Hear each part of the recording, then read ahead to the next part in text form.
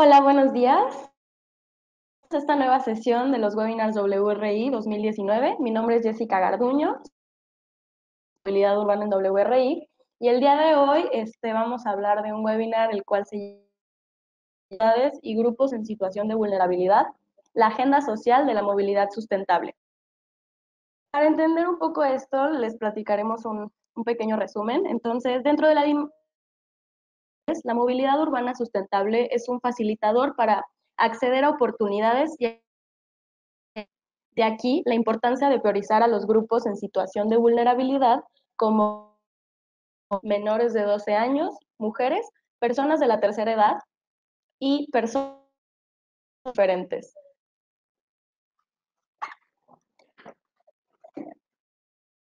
Perdón. Disculpen.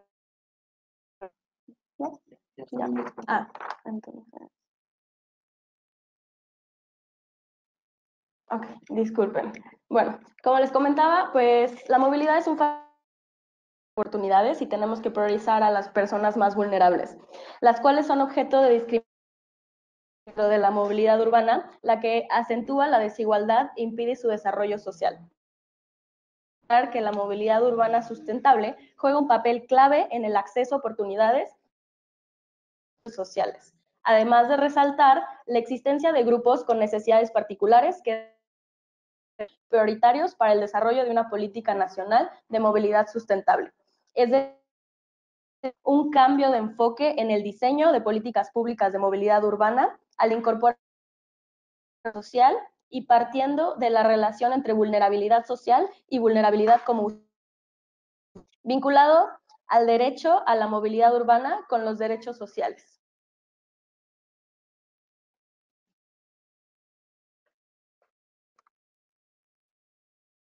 En esta presentación abordaremos el tema a partir de las siguientes preguntas. ¿Por qué este planteamiento innovador? ¿Por qué es esencial asegurar la accesibilidad y equidad a los grupos en situación? ¿Cómo se relaciona la movilidad urbana con el ejercicio de derechos sociales?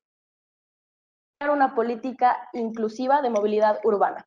Les recuerdo que durante la sesión de preguntas a través del chat, al finalizar la presentación vamos a tener un espacio para que den las respuestas.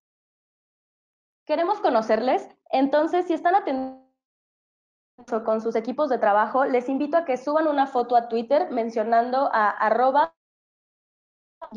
@ciudades y con el hashtag webinarsWRI.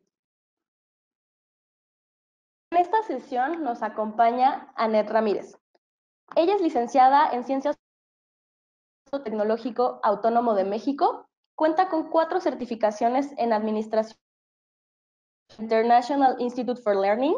Entre sus trabajos se encuentra el diseño de la encuesta 2018 por el Instituto del Fondo Nacional de la Vivienda para los Trabajadores, del subsecretario de Planificación y Desarrollo Regional en la Secretaría de Desarrollo Social, amplia experiencia en el sector privado con compañías como The Nielsen Company.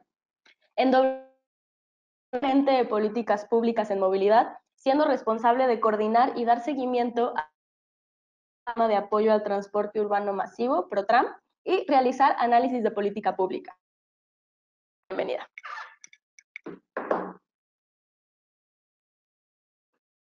Muchas gracias, Jessica. Creo que ya me escuchan, sí.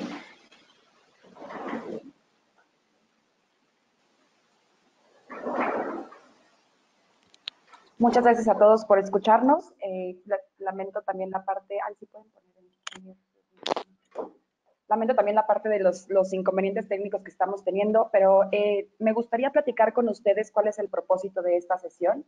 El propósito de esta sesión es un poco salirnos del ámbito de la movilidad urbana y realmente dejar de pensar en temas de infraestructura para que comencemos a inmergirnos en este tema que es el tema de la pobreza.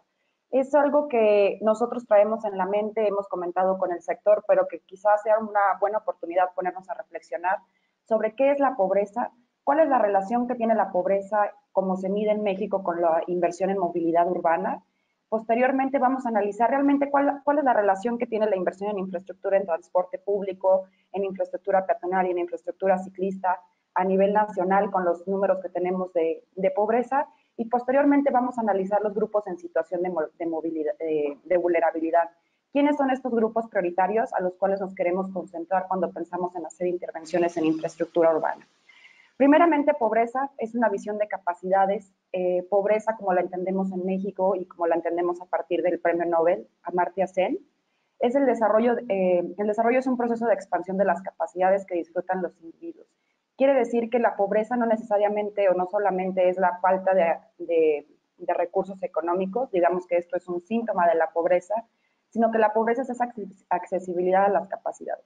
Las capacidades simbolizan las posibilidades que tienen los individuos para alcanzar desempeños valiosos y libertades fundamentales. De igual forma, las capacidades permiten evaluar y valorar el bienestar, la libertad de una persona, un grupo o sociedad.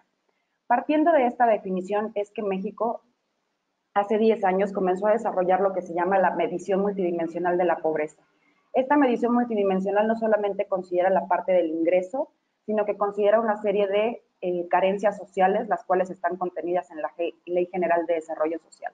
La primera es el rezago educativo, segunda, acceso a servicios de salud, acceso a la seguridad social, calidad y espacios en la vivienda, acceso a servicios básicos en la vivienda y acceso a la alimentación. La forma de medirlo es a través de la encuesta nacional de ingreso-gasto de los hogares, la cual se realiza cada dos años en México. El rezago educativo se mide a partir de personas de 3 a 21 años que no tienen ninguna educación y no han asistido a algún centro de educación formal, personas de 22 años o más que no tienen educación media superior, es decir, se toma el diferencial de la edad con la expectativa de la educación que tendrían si hubieran podido asistir a la escuela. La siguiente es acceso a servicios de salud y tiene que ver con la inscripción a alguna institución como Seguro Popular, IMSS, ISSSTE, Pemex, Ejército o Marina. La tercera es acceso a la seguridad social, que tiene que ver con la población económicamente activa asalariada con prestaciones laborales o que se hayan afiliado de manera voluntaria a una persona jubilada si recibe pensión por ser adulta, por ejemplo. Calidad y espacios de la vivienda y acceso a servicios básicos en la vivienda. Estos han sido componentes de bastante discusión en los últimos años, los cuales lo que retoman es que el entorno físico tiene algún impacto en la calidad de vida de las personas. La vivienda con piso de tierra, techo de lámina o cartón o desechos, muros endebles y con presencia de hacinamiento. ¿Qué es el hacinamiento? Cuando hay más de 2.5 personas por cuarto, no necesariamente por recámara, sino por cuarto por la distribución de los hogares. Acceso a servicios básicos en la vivienda es la presencia de agua, drenaje, energía eléctrica, combustión y que la combustión de alimentos sea con leña o carbón. Si hay presencia de alguna de estas características, se considera que la persona habita en una vivienda y tiene carencia por acceso a servicios básicos en la vivienda. Y por último, acceso a la alimentación, que tiene que ver con inseguridad alimentaria, limitación al consumo de alimentos, y esto no solamente es con la disponibilidad del ingreso para poder adquirir estos alimentos, sino que tiene que ver con todas esas condiciones que hacen que una persona pueda acceder a la alimentación, es decir, que tenga centros de distribución de alimentos relativamente cerca. Como vemos, solo tenemos 6 componentes para medir la pobreza en México, esa es la medición multidimensional, y varios de ellos están relacionados con accesibilidad, la cual es una palabra altamente relacionada con lo que hacemos en movilidad urbana. Nuevos componentes y reforma. Del lado izquierdo lo que podemos ver es que Coneval, la institución encargada de hacer la evaluación y la medición de la pobreza en México durante los últimos 10 años, en 2018 logramos concluir la primera década de evaluación en términos de pobreza, considera 2 componentes territoriales, es decir, no es nada más la cuestión de ingreso y los atributos que tenga la persona, es decir, estas carencias, sino la cohesión social que depende del territorio donde se encuentre, se mide a través de la unidad de medición a nivel del hogar, las redes sociales con las que cuente este hogar, términos de discriminación, participación social y confianza. Estos son, digamos que son los indicadores de cohesión social. El siguiente componente es accesibilidad a carretera pavimentada y vamos a hacer un énfasis muy particular porque es la primera vez que se menciona algo relacionado con las vialidades, con los medios de comunicación como un componente determinante de la pobreza en México. Lo que tenemos del lado derecho es la serie de reformas y adiciones que se han generado a la Ley General, que se han realizado a la Ley General de Desarrollo Social. Y eso tiene que ver con cuáles son aquellas carencias, cuáles son aquellas características con las cuales México va a identificar a las personas que se encuentran en situación de pobreza. El número 1 es ingreso corriente per cápita. Esa fracción no ha tenido reformas. Realmente no hay mucha discusión sobre que eso sea o no un atributo, un síntoma o una causa de la pobreza. El rezago educativo promedio del hogar también ya está entendido como que es un indicador de pobreza, acceso a servicios de salud, seguridad social. ¿Cuáles se han reformado? Y ese es el segundo párrafo que tenemos del lado derecho. Calidad y espacios de vivienda digna y decorosa. Entender la vivienda, su ubicación y sus características como un componente determinante para la medición de la pobreza y determinante también para las familias, porque la calidad de la vivienda determina no solo la accesibilidad a los servicios urbanos, sino también el tema de violencia intrafamiliar. En temas de hacinamiento, esto se entiende como una característica que hace más vulnerables a, por ejemplo, a los niños o a las mujeres dentro de la vivienda. Acceso a servicios básicos en la vivienda digna y decorosa tiene que ver con el acceso a agua, el acceso a drenaje, que la cocina no se haga necesariamente con leña o con carbón. La segunda es acceso a la alimentación nutritiva y de calidad. Esta fue una reforma a partir de la Cruzada Nacional contra el Hambre, lo cual no solo dice que las personas deben tener acceso a la alimentación, es decir, acceso a cualquier tipo de alimentos, sino que estos deben de ser nutritivos y deben de ser calidad entendidos como aquellos que necesiten las personas. Grado de cohesión social, que tiene también que ver con la determinación territorial de la pobreza, y la fracción adicionada, y lo cual también está resaltado aquí en la presentación que estamos viendo, es el grado de accesibilidad a carretera pavimentada. Esta reforma fue en 2013 y es muy importante porque, como ya les mencionaba, es la primera vez que se menciona que hay un componente territorial, vial, que es lo más relacionado con la movilidad. ¿Cómo se mide? Volvemos al cuadro del lado izquierdo, red de carreteras, pendiente de terreno, es muy importante para saber si las personas pueden llegar de un punto a otro. No es nada más que sea 1 kilómetro de distancia, sino ese kilómetro de distancia, qué tan caminable es, y esto depende de la pendiente. Características ambientales, por supuesto que no va a ser lo mismo caminar 1 kilómetro en Hermosillo o en Chihuahua, o caminarlo en áreas muy húmedas como por ejemplo Chiapas o en la Ciudad de México. Identificación de la localidad, disponibilidad de transporte público. Esto también es clave resaltarlo porque hoy Coneval ya está considerando que transporte público puede ser un componente y es un componente para la promoción del desarrollo social y el combate a la pobreza. Y por último, tiempo de desplazamiento a centros de salud. Como les mencionaba, esto pareciera muy obvio y parece que todos lo tenemos realmente muy presente, que la forma en la que podamos acceder a los servicios urbanos va a determinar nuestra capacidad de adquirir nuevas capabilities y por eso combatir la pobreza, pero no necesariamente está desarrollado. Esto se adicionó en 2003. ¿Cómo hemos avanzado? Hoy México tiene la primera década de evaluación de la pobreza y los principales datos que queremos resaltar es que en términos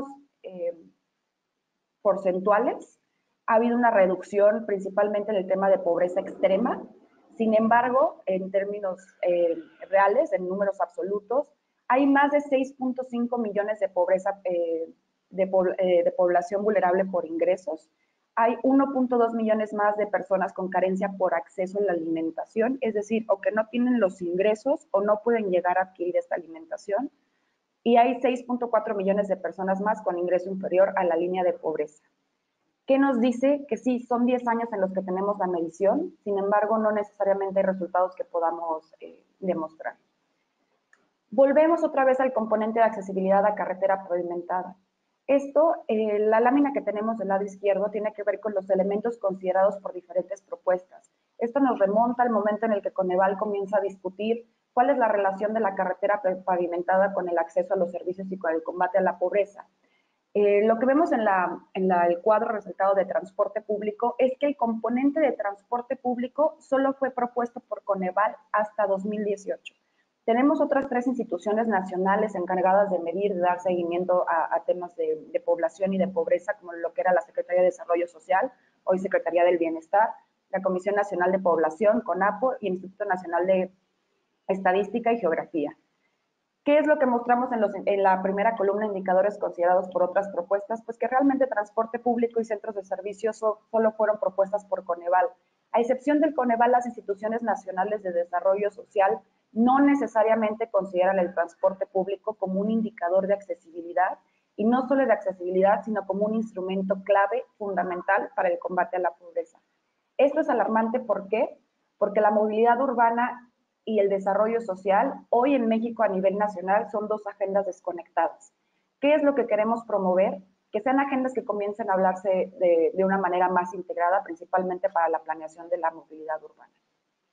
El reto de la accesibilidad a carretera pavimentada. Lo que tenemos ahí es una imagen de México, el territorio nacional, grado de accesibilidad a carretera pavimentada por localidad. Lo que está marcado en color marrón es accesibilidad muy, muy baja. ¿Qué es lo que estamos viendo realmente? Que es importante considerar la accidentalidad del territorio mexicano.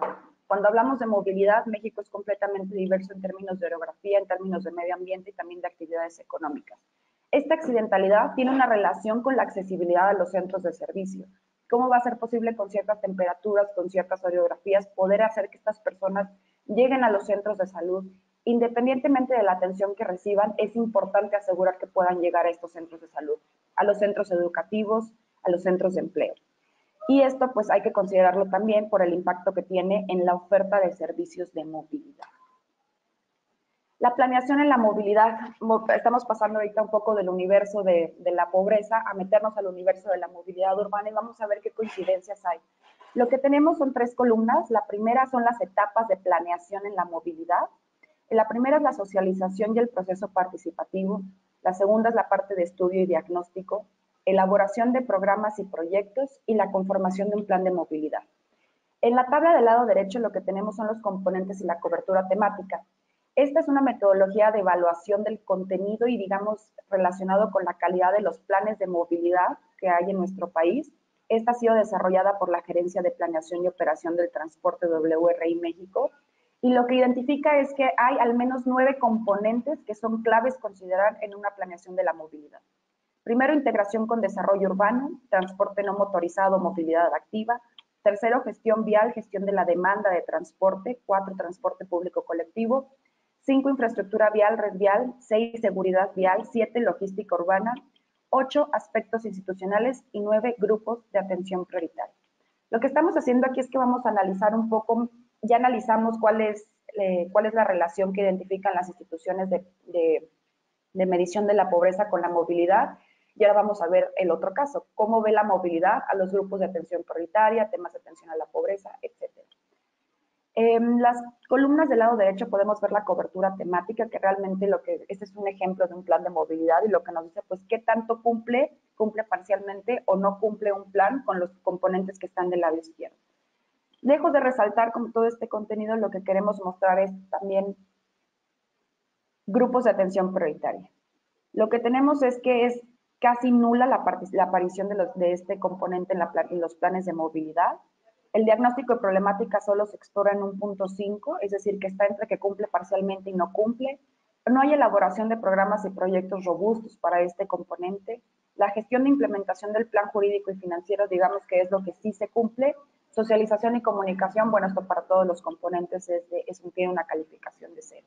¿Qué nos muestra esta evaluación? Que tienen muchas áreas de oportunidad los planes para fortalecer los grupos de atención prioritaria y la visión de la pobreza.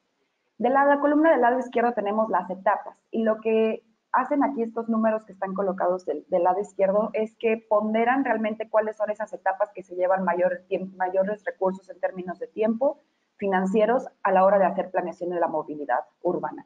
El primero es el estudio y el diagnóstico, son trabajos muy, muy caros, no solamente caros, también que consumen mucho tiempo en el procesamiento de la información para poder tener un diagnóstico claro, una encuesta origen-destino, por ejemplo.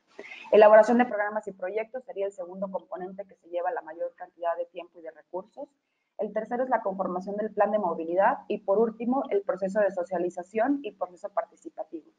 ¿Qué nos dice esto? Que hay importantes áreas de oportunidad en términos de socialización, comunicación y consideración de grupos de atención prioritaria como parte clave y esencial de un plan de movilidad. ¿Qué hemos visto en la movilidad urbana? Aquí me atreví a llamarlo un universo desconectado porque a pesar de que hay una evolución en el contenido de los planes de movilidad, lo que tenemos en la primera fila es que antes de 2010 solo había 3 componentes. Generalmente en vez de planes de movilidad eran planes sectoriales, consideraban tránsito, transporte público, transporte de carga. Entre 2010 y 2008 vemos un fortalecimiento de los planes. Ya no son 3, sino 6 componentes, ya no son planes sectoriales, son análisis de la movilidad de las ciudades y hoy tienen más componentes, que son tránsito, transporte público, transporte no motorizado es uno de los nuevos, gestión de la demanda se incorpora y seguridad vial. Sin embargo, Conceptos como pobreza, inclusión social o grupos vulnerables continúan siendo casi nulos. Esto que nos lleva a hacer una reflexión de cuál es la orientación de la movilidad urbana. La movilidad urbana, ¿para qué la queremos? ¿Para qué otras agendas nos puede ayudar a atender? Las mejores prácticas en planeación de la movilidad dictan estas 10 recomendaciones. ¿Qué es lo que debe de tener un plan de movilidad? Lo que marcamos en rojo y realmente con un signo de advertencia arriba de cada una de estas cajitas son aquellos componentes que no se están mencionando en los planes de movilidad en México, que no necesariamente tienen una vinculación con otras agendas. Es la accesibilidad y la atención a las necesidades básicas de movilidad de todos los usuarios, es la atención y el balance a las diferentes demandas de movilidad, y ahorita vamos a explicar por qué y cómo nosotros llegamos a estas conclusiones. Atiende requerimientos de sustentabilidad, necesidades económicas, sociales, de equidad. Equidad también es una palabra, es un componente que se ha desarrollado de una manera muy escasa. Fortalece la atractividad del entorno urbano, calidad de vida y salud pública. ¿Qué es la calidad de vida más allá de que solo haya como una atención a la demanda? Mejora la seguridad vial y personal, y esto se va a volver muy crítico conforme vayamos explorando esos grupos en situación de vulnerabilidad. Movilidad, desigualdad y exclusión social. Si nosotros estamos hablando de que las mejores prácticas recomiendan que tengamos planes que atiendan todas las necesidades, las necesidades básicas de movilidad de todos los usuarios, las necesidades económicas, sociales, que tenga un enfoque de equidad, seguridad vial y personal, tenemos que saber cómo se mueven las personas. Personas en situación de pobreza tienen entre 20 y un 30% menos viajes por día persona. Los propósitos de viajes son restringidos, es decir, son principalmente del hogar al trabajo o del hogar a la escuela o intermodales. El gasto del hogar en transporte puede ir del 8 hasta el 16% y en algunos casos puede subir hasta el 20 o el 30% del ingreso.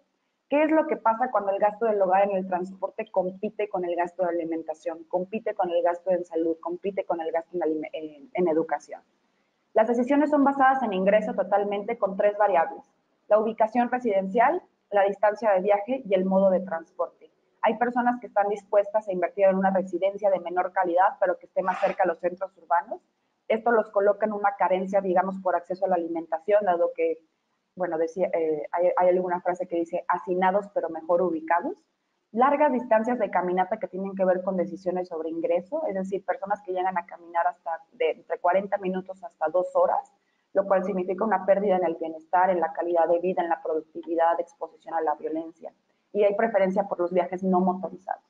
En cambio, personas no pobres o no vulnerables realizan de 2 a 3 más viajes motorizados por persona y pueden gastar hasta 20 más en transporte.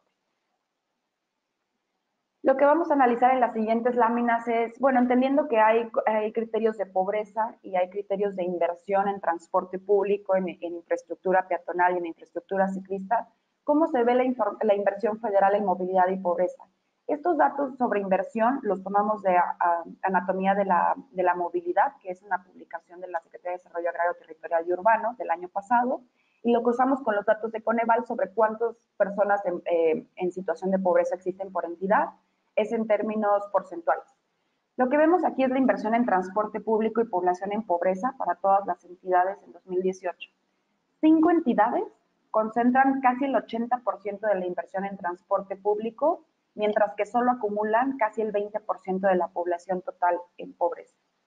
Mientras que 20 entidades cuentan con menos de 1% de la inversión en transporte público y acumulan más de la mitad de la población en pobreza. Eso es nada más para que tengamos una idea de cómo transporte público está relativamente, bueno, está bastante, es muy evidente cómo está desvinculado de una estrategia de combate a la pobreza. La siguiente es inversión peatonal. Lo que quisimos hacer fue separarlo para poder identificar algún cambio en los patrones. 5 entidades concentran el 60.3% de la inversión peatonal. Estas entidades acumulan el 36.2% de la población en pobreza. La inversión peatonal es muy relevante para la movilidad, dado que las personas en situación de pobreza es el tipo de movilidad que más prefieren, y esto tiene que ver con decisiones basadas en el ingreso, y también es la movilidad más vulnerable.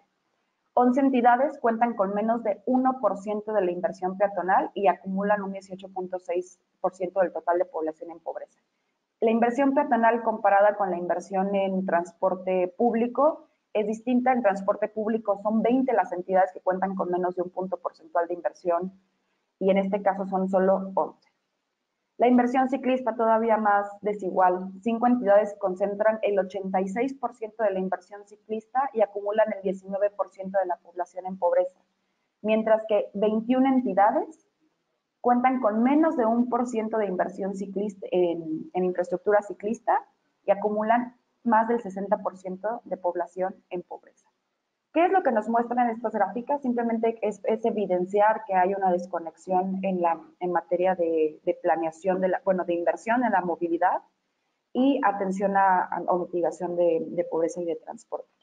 ¿Qué hay acá? Gráficas de dispersión de lo que acabamos de ver de manera anteriormente, que tampoco nos indica que haya una relación muy más clara entre mayores niveles de pobreza, mayor inversión en cualquiera de estos tipos de infraestructura. Retos y oportunidades. Lo que tenemos en la parte de arriba es una tabla sobre el ingreso promedio de usuarios por tipo de transporte y aquí es donde vamos a hablar de desigualdad.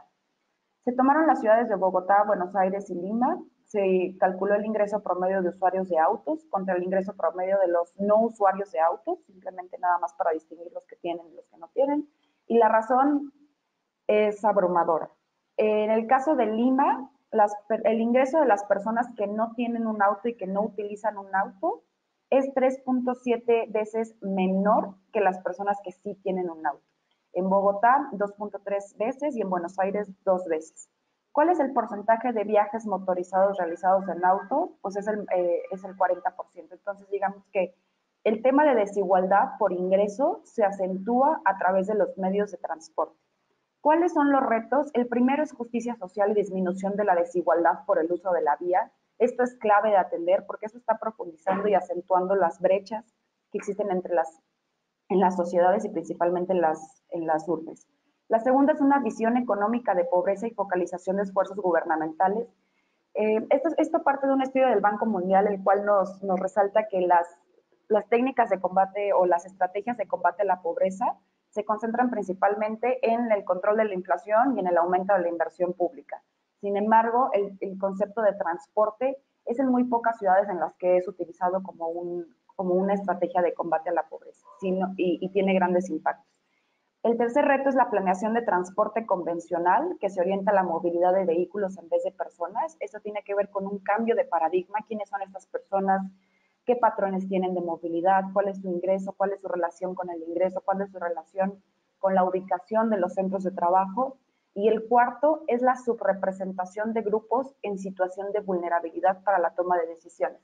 Como ya veíamos en la evaluación de un plan integral de movilidad urbana sustentable, en el ejemplo de las tablas y la metodología para evaluar su contenido, socialización y comunicación y grupos en situación de vulnerabilidad no están contenidos o no necesariamente se reflejan a la hora de evaluar estos planes, así como el resultado documental que tenemos. Y eso es lo que vamos a hablar posteriormente. La accesibilidad y la vulnerabilidad, partiendo de nuestra definición de pobreza, pues son dos conceptos y lo que estamos proponiendo aquí es hablar de las vulnerabilidades en la movilidad urbana. Una es la vulnerabilidad social, es esta que está relacionada con todas las carencias sociales que mencionábamos, que son vulnerabilidades inherentes a las personas, es decir, que no dependen de ninguno de sus modos de viaje, sino que simplemente por la condición de ser adulto mayor, ser mujer, ser una persona con discapacidad, ser un niño o niña o ser indígena, eso ya representa una vulnerabilidad a la hora de salir a la ciudad y hacer uso del espacio público. Esto condiciona la vulnerabilidad por uso de la vía, es decir, no es lo mismo ser una mujer indígena con desnutrición peatón que ser un peatón hombre de 35 años con un ingreso medio o medio alto. Lo que queremos resaltar es que hay una doble vulnerabilidad y tenemos que entender que hay personas que tienen mayor exposición al riesgo como usuarios de la vía que lo que consideramos tradicionalmente como simple demanda o simplemente usuarios. ¿Qué entendemos por vulnerabilidad? Lo que nosotros queremos proponer, también parte de este análisis y de esta presentación, es que es necesario identificarnos dentro de la movilidad urbana, identificar sus experiencias de discriminación y de violencia, sus patrones de viaje, y que estos sean componentes que se incorporen a la planeación de la movilidad. La movilidad urbana es un derecho y un facilitador del desarrollo social, que como ya vimos, hoy en México no necesariamente está considerado como tal, y aún hay muchas áreas de oportunidad para profundizar sobre el entendimiento de cómo facilitar transporte público seguro o vías peatonales o vías ciclistas también seguras, puede ayudar a esa estrategia de combate a la pobreza en la que más de 6.5 millones de personas se encuentran. ¿Cuáles son las necesidades de los grupos identificados dentro de la movilidad urbana? ¿Los tenemos identificados o es difícil identificarlos con los datos disponibles? ¿Por qué queremos esto? Porque es importante, si queremos pensar en una política nacional de movilidad urbana sustentable, hay que pensar en los grupos en situación de vulnerabilidad. ¿Qué se hace a la hora de hacer planeación y planes de política pública? Es priorizar, porque no hay recurso público que sea suficiente para resolver todos los problemas sociales. Esto reta también la visión tradicional sobre la jerarquía de la movilidad, de la vulnerabilidad como usuario de la vía, porque no solamente es pensar que los peatones y los ciclistas son vulnerables, sino quiénes son más vulnerables dentro de esas categorías.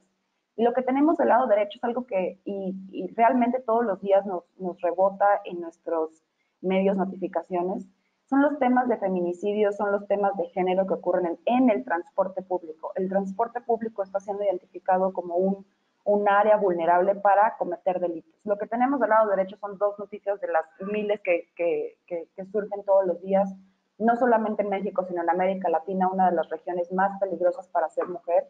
Y es el tema de crímenes, feminicidios que se cometen en autobuses, que se cometen en el subterráneo o que realmente involucran a conductores de transporte público. No nada más pelear la formalización del transporte por cuestiones de empresariales o por cuestiones de eficiencia, sino por cuestiones de seguridad. ¿Qué estamos viendo, por ejemplo, comparado con la pirámide de jerarquía de la movilidad urbana? Que en el caso, en la tercera línea de transporte público, tenemos todavía gente que se encuentra en mayor situación de vulnerabilidad. ¿Cómo esta visión tradicional podría incorporar este tipo de vulnerabilidades y cuáles son esas vulnerabilidades por cada uno de los grupos que hemos identificado? El primer grupo que identificamos son niñas y niños. 24.7% de la población en México son menores de 15 años. Hoy el trabajo infantil es uno de los principales problemas que tiene la niñez. 3.5 millones de niñas y niños trabajan en México. ¿Estos niños cómo se desplazan? ¿Se desplazan de manera acompañada? ¿Se desplazan de manera segura? ¿Cómo llegan a esos puntos de empleo? Más de 20 millones de niñas y niños y adolescentes en México se encuentran en situación de pobreza. Queremos que vayan a la escuela, queremos que tengan una educación, queremos que tengan un mejor futuro. ¿Cómo llegan? Niños y niñas en pobreza sufren de violencia familiar y en el entorno público. 15% de las niñas y niños empiezan a trabajar a los 12 años. 60 veces más alta es la tasa de mortalidad infantil en niños indígenas. Y estos datos, ¿cómo se relacionan con la movilidad urbana? El desplazamiento a centros educativos y puntos de empleo es clave para niñas y niños, con un enfoque en que ellos son los grupos más vulnerables. Acceso a servicios de salud infantil, acceso a espacios públicos y centros de esparcimiento, los niños que trabajan, cuáles son esos centros de esparcimiento, cómo se pueden sentir seguros, seguridad vial y personal de desplazamiento sin compañía. Pueden llegar a realizar viajes de más de una hora completamente solos en transporte público. ¿Cuál es la vulnerabilidad en términos de seguridad vial que enfrenta un niño, o un niño que sabe leer, un niño que sabe escribir? ¿Cuáles son esas diferencias? El siguiente grupo que identificamos como en situación de vulnerabilidad son claramente mujeres, y esto pues implica mujeres de adolescentes, adultos y adultas mayores, y en adultas mayores también vamos a ver una situación crítica. 51.3% de la población son mujeres, 41% de los homicidios contra mujeres ocurren en la vía pública, y como les comentaba, el transporte público se está volviendo un espacio de vulnerabilidad donde ocurren estos homicidios. Casi el 95% de los delitos sexuales ocurren a mujeres y gran parte de estos ocurren en transporte público. 10.5% de las adolescentes entre 15 y 19 no asisten a la escuela por maternidad. ¿Esto qué significa? Que tenemos el tema del embarazo adolescente no solo es un componente que afecta al desarrollo social o al desarrollo de esta mujer, sino que también la expone a diferentes patrones de movilidad por maternidad y tiene la condición adolescente. 2.2% de las adolescentes entre 15 y 19 años se encuentran casadas. ¿Qué significa la maternidad o estar en un matrimonio? Pues que cambian tus patrones de movilidad claramente. ¿Cuál es la exposición y la vulnerabilidad a la que esto se enfrenta? Todavía no lo tenemos necesariamente explorado. 1,000 pesos es la diferencia promedio en lo que gana una mujer respecto a lo que gana un hombre, es decir, las mujeres tienen una condición en la cual, por el simple hecho de ser mujer, sí hay una brecha salarial importante. 55.3 mujeres de más de 15 años que han estado en la población económicamente activa no tienen acceso a trabajos formales. ¿Y esto qué significa? Que sus trabajos no necesariamente se encuentran en los centros de empleo que conocemos, sino dónde van estas mujeres a trabajar. Si no tienen acceso a trabajos formales, pues no necesariamente utilizarán transporte formal para llegar a estos empleos. ¿Esto qué significa? ¿Cuál es el nivel de exposición? 17.5% es la participación al PIB del trabajo doméstico por parte de las mujeres. Esto es muy importante señalarlo porque eso también nos habla de diferentes patrones, es decir, el trabajo doméstico, qué patrones de movilidad implica distintos a los de ir del hogar al trabajo.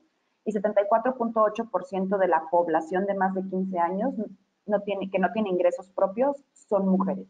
Entonces esto creo que nos deja una foto muy importante sobre cuáles son las condiciones de desigualdad y las condiciones de vulnerabilidad personal como usuarias de la vía y también como parte de la fuerza económica. ¿Esto cómo relaciona la movilidad? Garantizar la seguridad personal y vial en los traslados, facilitar el acceso a los servicios urbanos y de empleo formal. ¿Por qué las mujeres no pueden acceder a empleos formales? Tiene que ver esto con las distancias del hogar a los centros de empleo, que además no solamente es el centro de empleo, sino que tienen otras actividades en el hogar y por eso están rechazando trabajos formales y están permaneciendo en empleos que están cerca de sus trabajos. Priorizar desplazamientos de madres a adolescentes, el nivel de exposición y de vulnerabilidad que puede tener un adolescente de escasos recursos, que viene poniendo atención a lo que va cargando, incluyendo su hijo, esto es muy importante y es necesario internalizar las brechas de género en la planeación urbana. El tercer grupo en situación de vulnerabilidad son adultos mayores. 10.4% de la población en México es adulto mayor y eso es a partir de 60 años. Casi 27% tiene dificultad para realizar una actividad básica diaria como comer, caminar, asearse, contener esfínteres. Y esto nos habla realmente de cuáles son las limitaciones que ellos pueden tener a la hora de querer ser usuarios del transporte público. 41.1% de nuestros adultos mayores viven en situación de pobreza, enfrentan violencias psicológicas, económicas, físicas y de abandono. De casi 29% de las mujeres no saben leer y escribir y 20% de los hombres adultos mayores tampoco saben leer y escribir. Y aquí es donde empezamos a acentuar las diferencias entre adultas y adultos mayores. 8.7% de las mujeres adultas mayores están pensionadas, es decir, perciben algún tipo de ingreso, mientras que el 25% de los hombres lo están, es decir, 4 veces más que las mujeres. 19.4% de las mujeres permanecen como población económicamente activa después de los 60, mientras que el 50.8% de los hombres también permanecen. Es decir, hay una diferencia abrumadora entre nuestras adultas y nuestros adultos mayores. ¿Cómo se trasladan estos adultos mayores que tienen forman parte de la población económicamente activa? ¿Cuáles son sus necesidades? ¿Cuáles son sus limitaciones? ¿Cuáles son sus características? 20.3% de los adultos mayores declaran haber sido discriminados en servicios de salud, transporte público o calle. ¿Cómo se relaciona esto con la movilidad? Es necesario garantizar la accesibilidad y asequibilidad para los traslados, principalmente para las adultas mayores, que entendemos que hay diferencias estructurales muy claras que hacen que no sepan leer y escribir en mayor porcentaje, que no cuenten con pensión y que tampoco formen parte de la población económicamente activa. Sin embargo, no sabemos si son ellas las que llevan a los niños a la escuela, las que ayudan a las hijas con otras actividades del hogar, cómo las estamos beneficiando, cómo están los conceptos de equidad en la planeación de la movilidad urbana atendiendo a estos grupos. Es necesario priorizar también el acceso a centros de salud y atención médica, principalmente que sea fácil, que sea lógico, que no sea complicado, que los adultos mayores puedan acceder a estos centros. Prevenir la discriminación en transporte público e internalizar brechas de género en la población de adultos mayores, que es algo de lo que no necesariamente habíamos platicado. Personas con discapacidad es el cuarto y último grupo en situación de vulnerabilidad que nosotros pudimos analizar. Ya vamos a ver más adelante todas las áreas de oportunidad que hay en temas de datos. 5.1% de la población mexicana padece de un tipo de limitación física y esto 5.1 que es alto, bajo, ¿qué significa? Es la población de los estados de Colima, Hidalgo y Morelos juntos. 64% tiene dificultad para caminar, estamos hablando de más de la mitad, 58%, bueno, y también que estas limitaciones físicas tienden a traslaparse, es decir, si tienes dificultades para caminar, tal vez también tengas dificultades para ver incluso con lentes, etc. 39% para aprender, recordar o concentrarse. Estamos asumiendo que los usuarios de transporte público, que todos pueden recordar las estaciones, que todos pueden recordar cuáles son las rutas y que todos pueden concentrarse en establecer una ruta de la movilidad. 34% para escuchar incluso con aparato auditivo. 47% son adultos mayores, esta población con discapacidad, y casi el 50% de las personas con discapacidad viven en situación de pobreza. 40 de cada 100 realizan alguna actividad económica, seguramente precaria, o habría también que explorar este tipo de datos, mientras que el nacional es 70 de cada 100. 21% de las personas con discapacidad entre 15 y 59 años no saben leer ni escribir, mientras que el nacional solamente es el 3%. 48% considera que sus derechos no se respetan. ¿Qué tiene que ver la movilidad con las personas con discapacidad y con los temas de pobreza que enfrentan estas personas, que casi la mitad? Garantizar la accesibilidad y asequibilidad para sus traslados, priorizar acceso a centros de salud y atención médica, de educación y de empleo, prevenir discriminación en transporte público e internalizar la brecha de pobreza y educación en la planeación de la movilidad. Lo que vemos es que cada uno de los grupos tiene vulnerabilidades distintas, tiene necesidades muy particulares, pero que el tema de pobreza parece ser transversal en todos ellos. ¿Cómo puede la movilidad apoyar no solamente este tema de pobreza, sino disminuir la brecha de la desigualdad en México? Como mencionaba anteriormente, esos son los 4 grupos que decidimos analizar, también por la disponibilidad de información, pero si queremos empezar a vincular estos dos universos de la movilidad, temas de pobreza y desarrollo social, pues tenemos que tener un fortalecimiento sobre las fuentes nacionales. Nuestras fuentes analizadas en este caso son las que encontramos en la columna del lado izquierdo, es la encuesta nacional de calidad y de impacto gubernamental. Sin embargo, las variables de interés no nos dan una radiografía o un diagnóstico muy puntual para que podamos no solo entender características sociodemográficas como las que se mencionaron anteriormente, sino entender sus patrones de viaje. Tenemos en la ENSIG, nivel de satisfacción del transporte público y el acceso al servicio médico. En la ENIG, que es la encuesta con la cual se hace la planeación en materia de desarrollo social, es la adquisición de vehículos y el gasto efectuado en transporte público. La encuesta nacional de victimización y percepción de la seguridad pública, digamos que la encuesta que nos podría dar mayor información para entender qué es lo que está afectando a estos grupos en situación de vulnerabilidad, particularmente el caso de las mujeres. Menciona variables como daño presentado tras el incidente y si el delito ocurrió en transporte público. Lo que vamos a ver es que las variables de interés son bastante limitadas para poder tener una radiografía más clara de qué es lo que sucede y cómo podemos vincular el desarrollo social con la planeación de la movilidad urbana y que realmente tengamos proyectos e inversión en infraestructura urbana que atiendan esas problemáticas particulares, que le demos una lógica de desarrollo social a la movilidad urbana.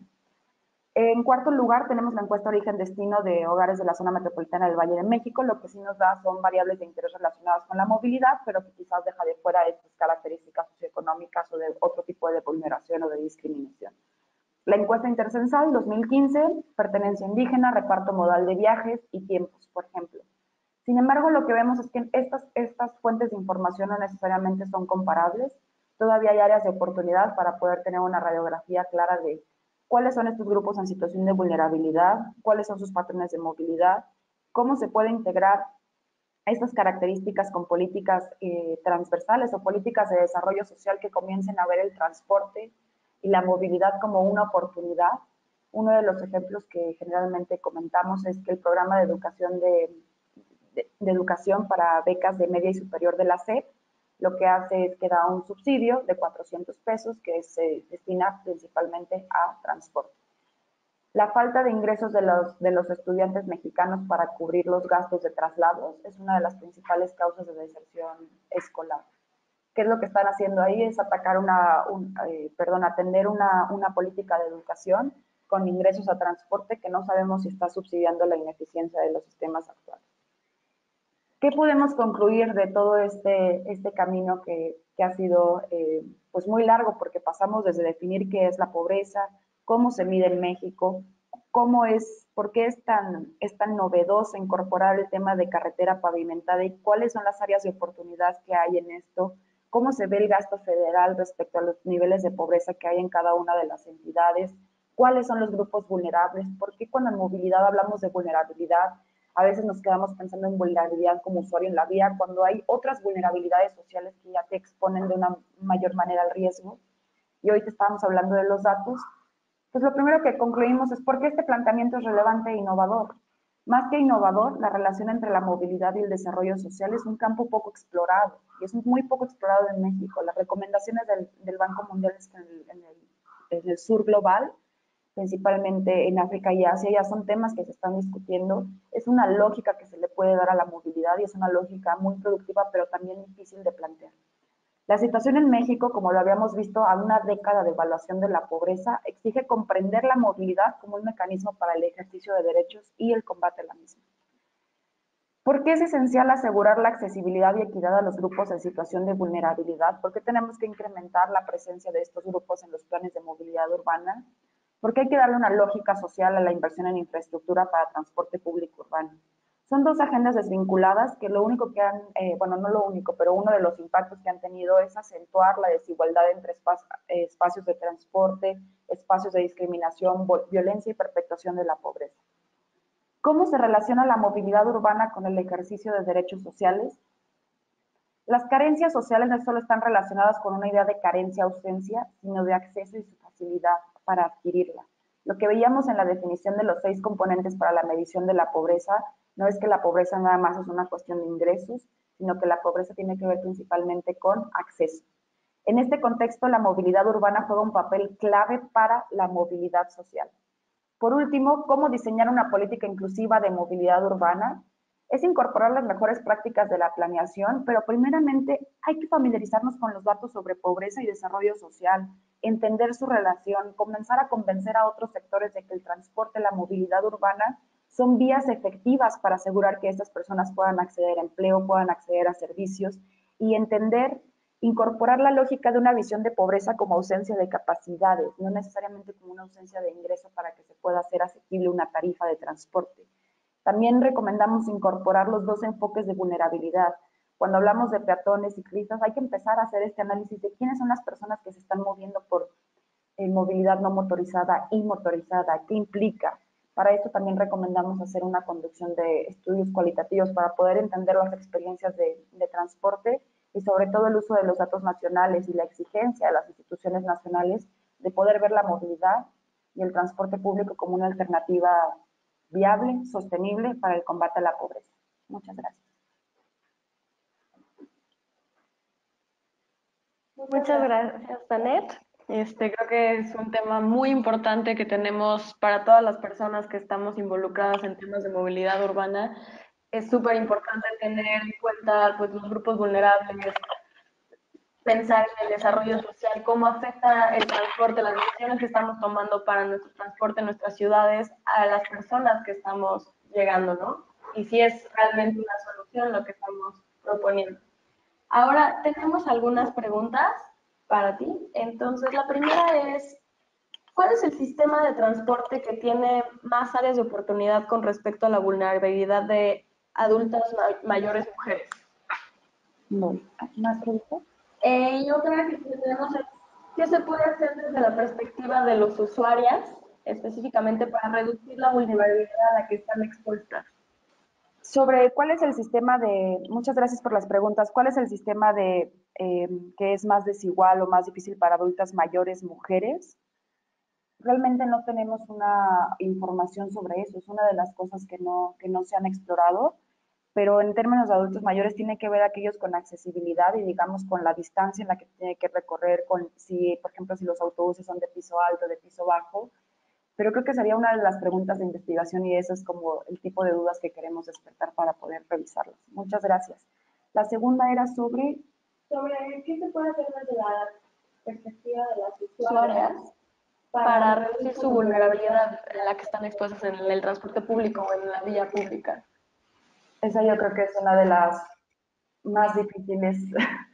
Es algo que conversábamos con CEMOVI, con Ciudad de México, cuando estaban desarrollando su plan de género y movilidad, es que todos los mecanismos para la mitigación del impacto y la reducción de la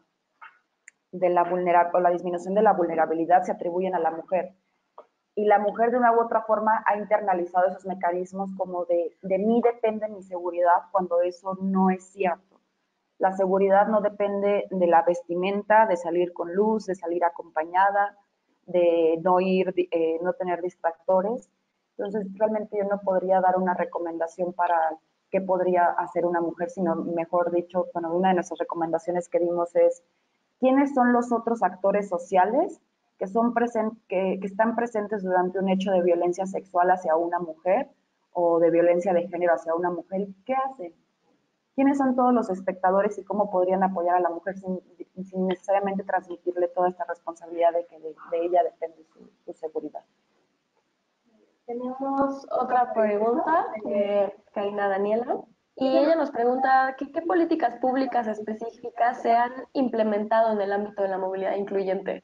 Si se tiene algunas o realmente no existe algunas políticas ya para algunos estados o municipios que realmente tengan esta perspectiva. A nivel federal, no recuerdo una política y de hecho tengo un documento sobre todo el resumen de los programas presupuestarios federales. Lo que existe es un fondo, por ejemplo, para la discriminación, que ese lo administra la Secretaría de Hacienda y Crédito Público. Es un fondo que distribuye a las entidades para que ellos puedan hacer inversión en convertir autos que sean más fáciles para subir una silla de rueda para personas con discapacidad. Sin embargo, no tenemos eso. Ese es un tema que aún no se ha explorado y realmente yo creo que casi podría decir que estoy muy segura de que no hay una política de movilidad, bueno, todavía no hay políticas de movilidad federales, pero a nivel federal que tengan que ver con inclusión social tampoco. Tenemos otra pregunta en la cual nos dicen que en términos de ciudades existe la relación entre la pobreza de la ciudad con su capacidad de mejorar la inversión en movilidad. Entonces, ¿cuáles crees que serían los primeros pasos que se podrían hacer para invertir y poder tener como movilidad y desarrollo social? ¿Qué es lo que tendrían que hacer primero? Primero, creo que las áreas y las autoridades de movilidad deben de comenzar debemos también comenzar a familiarizarnos con qué es la pobreza. El primer análisis que realizaría y que sugiero realizar es cuáles son las carencias sociales que tienen mayor presencia en la ciudad y cómo esas carencias están relacionadas con la movilidad. Lo que comentábamos, por ejemplo, en el caso de los estados más pobres de México, en el caso de Chiapas, Guerrero y Oaxaca, que son también estados que tienen una geografía muy accidentada, uno de los principales problemas es pobreza extrema, pero con la carencia por acceso a la alimentación. ¿Esto qué significa? Que independientemente del ingreso que ellos puedan recibir de transferencias gubernamentales, conseguir el alimento es complicado porque sus desplazamientos son a pie. Hay zonas de violencia, por ejemplo, en la Sierra de Guerrero, que impiden que una persona simplemente pueda bajar 2 pueblos más para poder adquirir los alimentos. Y lo que también limita su acceso a la alimentación es que pues, no son alimentos, digamos que sanos, frescos, también por la orografía, por ejemplo, sigo hablando de Guerrero. Y algo que a mí me llamaba la atención son las oportunidades de negocio que se encuentran en esas comunidades. Si dentro de la comunidad hay una persona que tiene un auto, va a los 2 pueblos, compra Coca-Cola y compra Coca-Cola a 10 pesos y cuando regresa al pueblo la vende a 15 pesos. ¿Qué significa? Que lo que tú pudiste haber comprado si te hubieras podido trasladar, lo hubieras comprado a 10, ahora lo compraste a 15 y esos 5 significan que tienes 5 pesos menos para destinar a cualquier otro tipo de alimento en la canasta. Entonces, pues sí, mi recomendación es primero entender cuáles son las carencias que están presentes en su ciudad. Esto con los datos de medición de la pobreza y cuál es la lógica de cada una de las carencias, porque son distintas lógicas. La lógica de acceso a servicios de la salud tiene que ver con que yo me pueda trasladar, primero, que yo esté adscrito a uno de los sistemas de salud, pero eso también depende de que yo pueda llegar al hospital y pueda poder realizar esos trámites, porque no son trámites de una sola visita, por ejemplo. La lógica del rezago educativo es que yo no invierto muchos recursos o que a mí no me representa algo oneroso trasladarme a la universidad o tener varios traslados durante el día, que es de mi casa a la escuela, a la universidad, que me pongo a pensar qué sería de ciudad universitaria si no existiera la línea verde del metro que conecta de norte a sur la ciudad. La lógica de la carencia por acceso a la alimentación es la que ya comentábamos. También está la lógica de la carencia por acceso a la seguridad social, que tiene que ver con el acceso a empleo formal. ¿Cómo puedes tener empleo formal si no puedes trasladarte al centro de la ciudad? O si resulta muy lejos de pensar en estas personas trasladándose de comunidades, sino que simplemente que resulte peligroso, complicado, oneroso, etc. Analizar cada lógica y ver cuáles hay más presencia en la ciudad. Perfecto, muchas gracias. Y una última pregunta. En términos de, por ejemplo, la ley de seguridad vial que se está discutiendo en el Senado, ¿tiene algún tipo de estos componentes o todavía no se han considerado ningún otro tipo de ley que se esté discutiendo? La iniciativa de ley general de seguridad vial que hay solo contempla el concepto de vulnerabilidad como usuario de la vía. No contempla el concepto de vulnerabilidades sociales que, digamos, también impactan. ¿Cuál sería algo que se podría ganar en términos de ley? Cambios a la Ley General de Desarrollo Social que incorporen accesibilidad a servicios de movilidad. No a carretera pavimentada, porque carretera pavimentada puede ser muchas cosas, ¿no? Y puede estar pavimentada, pero no es completa, no es segura, hay presencia de delincuencia. Que haya una carretera no necesariamente hace que te puedas mover de un lado al otro, pero sí, la de seguridad vial solo considera vulnerabilidad como usuario de la vía.